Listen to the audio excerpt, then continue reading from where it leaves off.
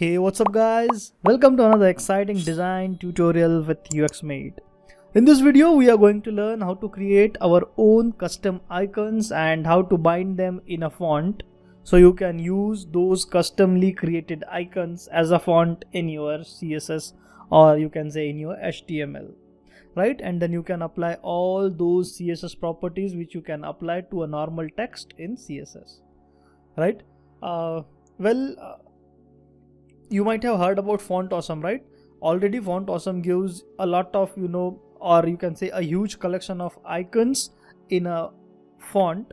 But our creativity is not, sometimes we need icons which are kind of customly created or which are not out of the box in the Font Awesome, but still we need, that capability to utilize those icons as fonts, right?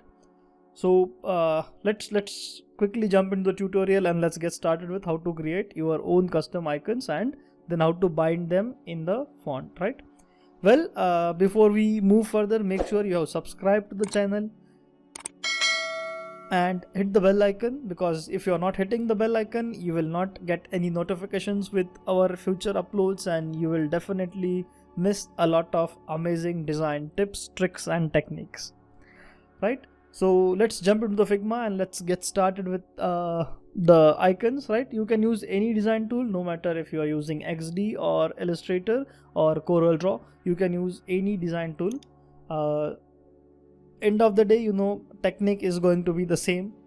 So let's use the Figma because it is an open source tool, and let's create a frame, right? I'll need a frame somewhat around 32 pixels, right? 32 by 32 pixels. Great. So this is going to be our standard base for our icon. Let me just give it a name, for example phone. Let's create a phone icon. Okay. How we'll be creating this?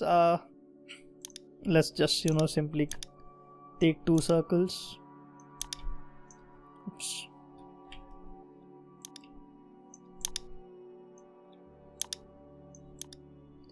You can create any style of icons, it doesn't matter. It's just your personal preference, or it depends upon your project requirement. How do you want to basically how do you want to create the icons, right?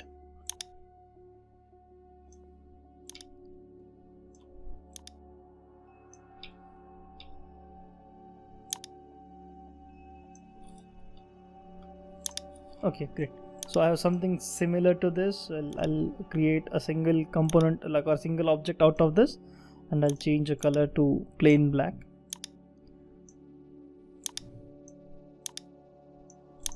This is my first icon, right? Let's quickly create a couple of more options, like more icons here. Let me just duplicate this and maybe I'll say menu. Let's just get rid of this, and then so let me just duplicate this and let me create an icon for menu.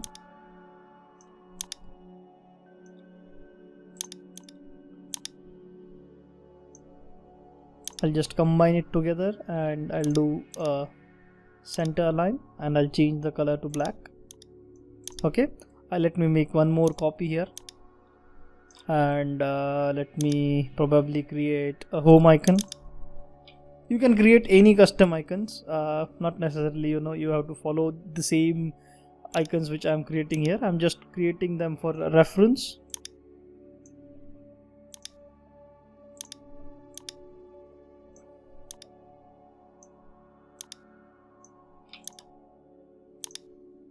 Great.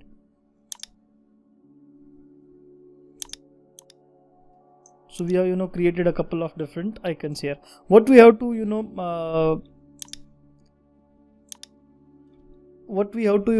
pay attention in this is we need to try to keep the dimensions of each and every icon almost kind of equal, even within your 32 by 32 frame. So if you see this phone looks a little bit smaller than other two icons, then we can scale it up a little bit.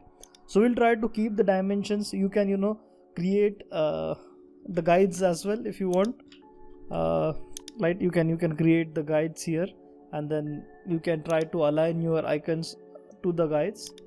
But yes, I don't like just for sake of this tutorial, we'll quickly create a couple of icons. So let me select all of these and then export these 3 layers. I'll export them in a SVG, right? So this is something you need to pay attention. First thing is, you need to create a equal size artboard or a frame. If you are creating it in a Figma, if you are creating it in Illustrator, you might be using an artboard. So you have to create a 32 by 32 or a 64 by 64 pixels artwork, and that has to be consistent for all of your icons. Second important thing is, you need to make sure that you are keeping the sizes of all your icons kind of equal. You cannot, you don't need to be that much precise, but visually those should be appealing on the you can create your guides as well, and then you can draw, or you can create your icons within those guides. Third thing is, you have to export all these icons.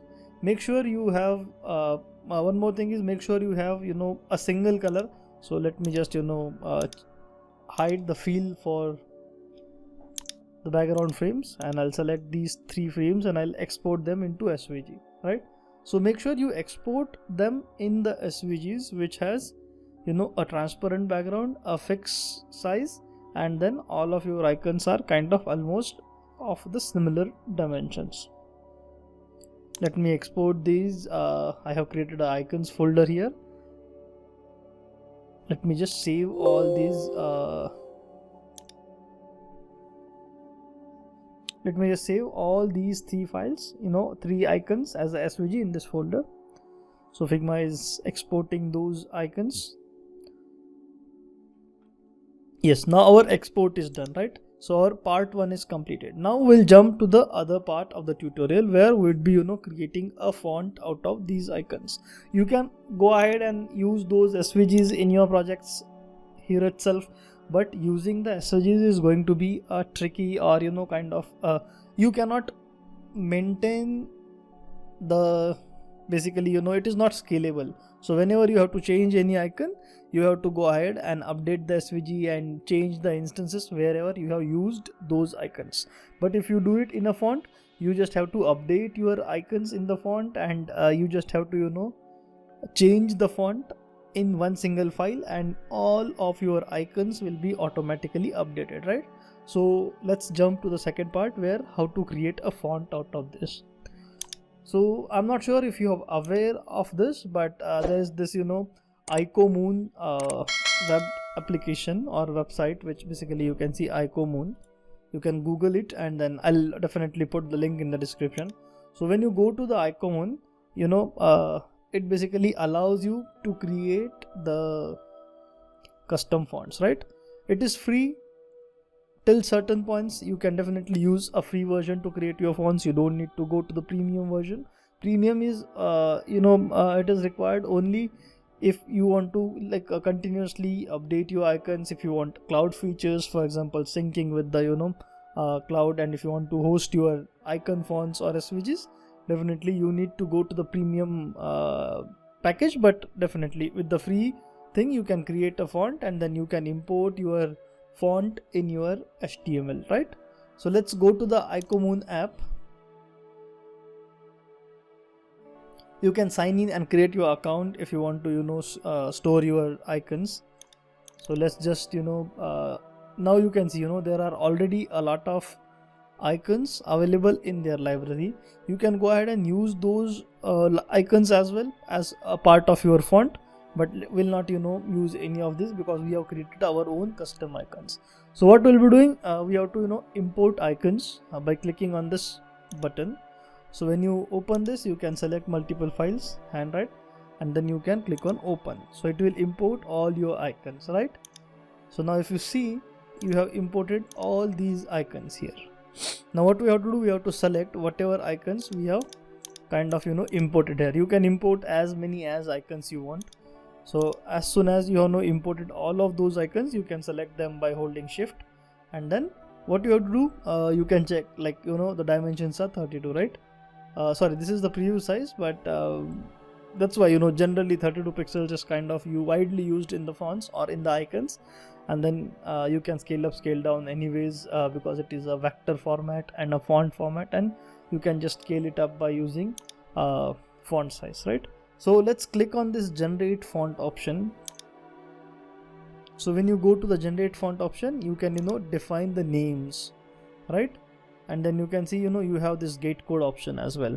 So let's quickly make sure, okay, we have correct names. Okay, our fonts is a lower cap. Let me just make it a capital, or maybe you can make all of those a lower caps.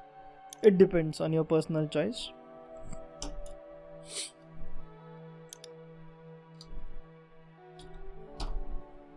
Okay, so when you click on get code, it basically gives you what class you have to use, right? So you have this icon hyphen home. So if you use this class, you can use this icon in your HTML, and it also gives you HTML code and character code for this. So definitely we don't need to go into much details here, because it is just kind of like once you hand over the font, dev team can definitely import those icons.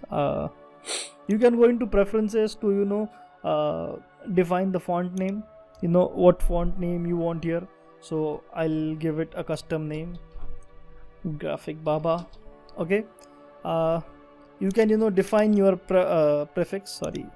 So you can define your prefix, right? Instead of icon, let's say if you want some custom name, let's say if you're using it in any of your project, you can define the project name here, right? Project, or you can say UXmate, right? If you want a prefix, if you want a suffix, you can define those setups here. Do you want to support in i8 or do you want to support in i7 and i6 as well? It is all your personal preference. You can choose whatever you want, right?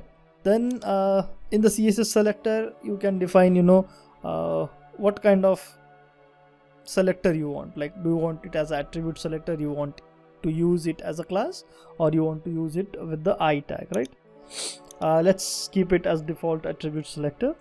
Font metrics, if you are aware with all those details, then I would recommend go ahead and jump into this section, or else I would recommend you don't go don't try to change those settings here, because if you mess with those numbers, you will definitely mess with your baseline and white space in your fonts, right?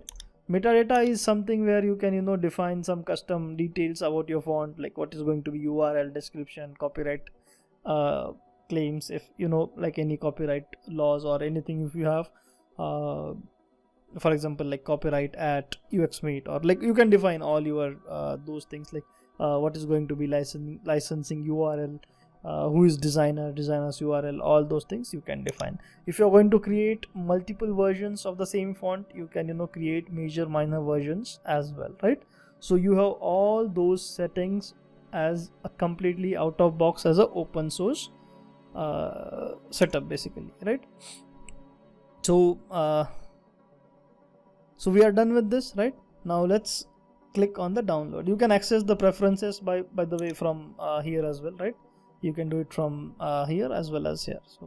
So we are done with our settings. Now we'll just download this, right? Our font is downloaded, right? Now you can use this font in your HTML, and you can use use the same thing with these codes basically, right? So it will generate a CSS something like this, and then you can use these classes UXmate home. I guess we missed hyphen in our preferences, right? We missed the hyphen, but no worries. Yes, you got how to create your own custom font and publish your fonts or your icons as a font. I hope guys you have enjoyed this video. Make sure you subscribe to the channel. If not yet, then hit the bell icon as well, because if you're not hitting the bell icon or not subscribing to the channel, you are definitely going to miss a lot of amazing design tips and techniques. I would also like to understand guys in comments, have you heard about Font Awesome, or have you created your own fonts earlier? Let me know in the comments. I'll be waiting for your comments guys. Stay tuned. Keep learning, keep designing. Stay happy, stay healthy.